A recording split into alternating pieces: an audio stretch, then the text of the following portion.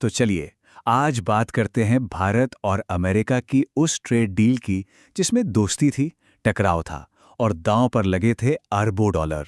सच कहूं तो ये किसी थ्रिलर फिल्म से कम नहीं था। शुरू करते हैं।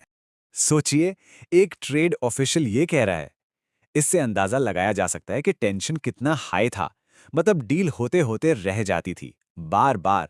पर सवाल यह है कि आखिर ऐसा हो क्यों रहा था। तो शुरुआत होती है जब दुनिया की दो सबसे बड़ी इकोनॉमिक पावर्स आमने सामने आती हैं। और ये कोई मामूली मीटिंग नहीं थी।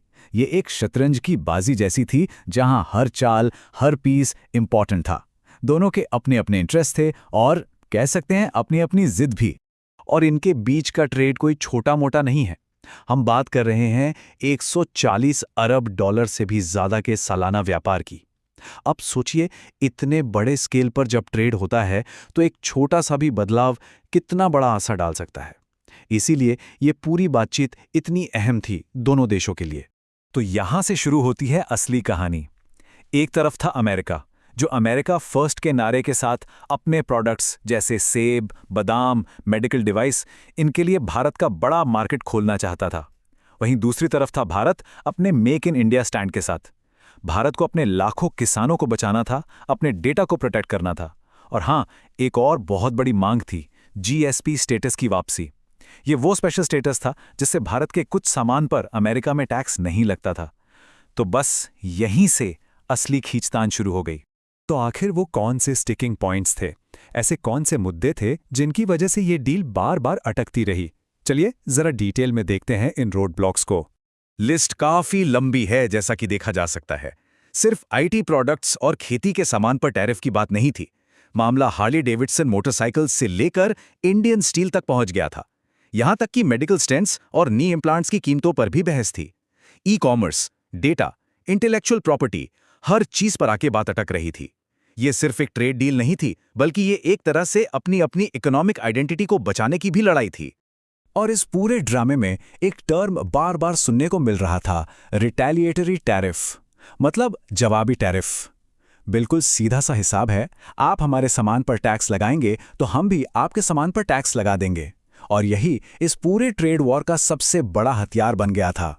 वक्त बीत रहा था और नेगोशिएशंस और भी ज्यादा इंटेंस होते जा रहे थे। दोनों ही तरफ से कोई भी पीछे हटने को तैयार नहीं था और सबके दिमाग में एक ही डर था, कहीं ये एक फुल ब्लोन ट्रेड वॉर न बन जाए। जरा इस नंबर को देखिए, 2.5 अरब डॉलर। ये वो कीमत थी जो दोनों साइड एक दूसरे पर एक्स्ट्रा ड्यूटीज लगाकर चुका रहे थे।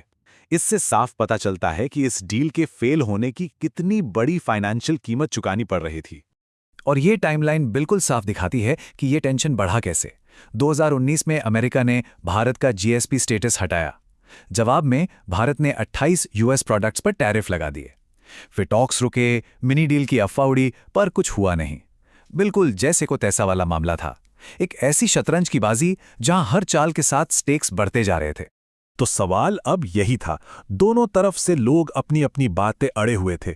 तो क्या कोई बीच का रास्ता निकल पाएगा, या फिर ये सब एक बड़े ट्रेड वॉर में बदल जाएगा? इतने महीनों के गतिरोध के बाद आखिरकार आगे क्या हुआ? क्या कोई सोल्यूशन निकला? देखते हैं।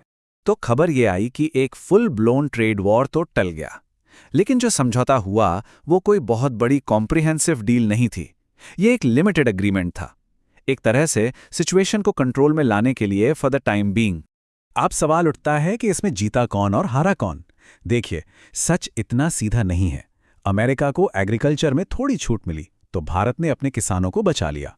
मेडिकल डिवाइसेस पर बीच का रास्ता निकला। लेकिन जीएसपी स्टेटस और डिजिटल ट्रेड जैसे बड़े मुद्दे उन्हें आगे के लिए छोड़ दिया गया। तो ये किसी की हार जीत नहीं थी, बल्कि एक कॉम्प्रोमाइज था ताकि ज्यादा नुकसान ना हो। तो ठीक है, डील हो गई जैसी भी हुई, लेकिन इस पूरे ड्रामे का मतलब क्या है? ये इतना मैटर क्यों करता है? इसका असर क्या होगा? देखिए, आगे का रास्ता साफ है। पहले तो इस डील को इम्प्लीमेंट करना होगा, फिर जो बड़े मुश्किल मुद्दे बच गए हैं उन पर आगे बात होगी। और हां, इस डील से दुनिया को एक सिग्नल भी गया है कि ओपन कॉन्फ्लिक्ट से बेहतर है मैनेज्ड ट्रेड। मतलब ये कहानी अभी खत्म नहीं हुई है, ये तो बस एक नए चैप्टर की शुरुआत है। और इसका जमीनी असर कैसा दिखता है? यहां एक छोटा सा उदाहरण है। यूएस के बादाम एक्सपोर्टर्स के लिए सोचिए। इस डील के बाद भारत में उनका एक्सपोर्ट बढ़ सकता है। उनके लिए ये डील सीधे सीधे करोड़ों डॉलर के नए बिजनेस का मौका है। तो आखिर में हम एक बड़े सवाल के साथ रुकते हैं। क्या ये लिमिटेड डील एक लंबी और मजबूत इकोनॉमिक पार्टनरशिप की नींव है, या फिर ये बस एक टेम्पररी युद्ध विराम है, एक बड़े तूफान से पहले की शांति? इसका जवाब वो तो आने वाला वक्त ही देगा। दोस्तों, लाइक शेयर सब्सक्राइब करें और कमेंट में बताएं आपकी क्या राय है इस पर।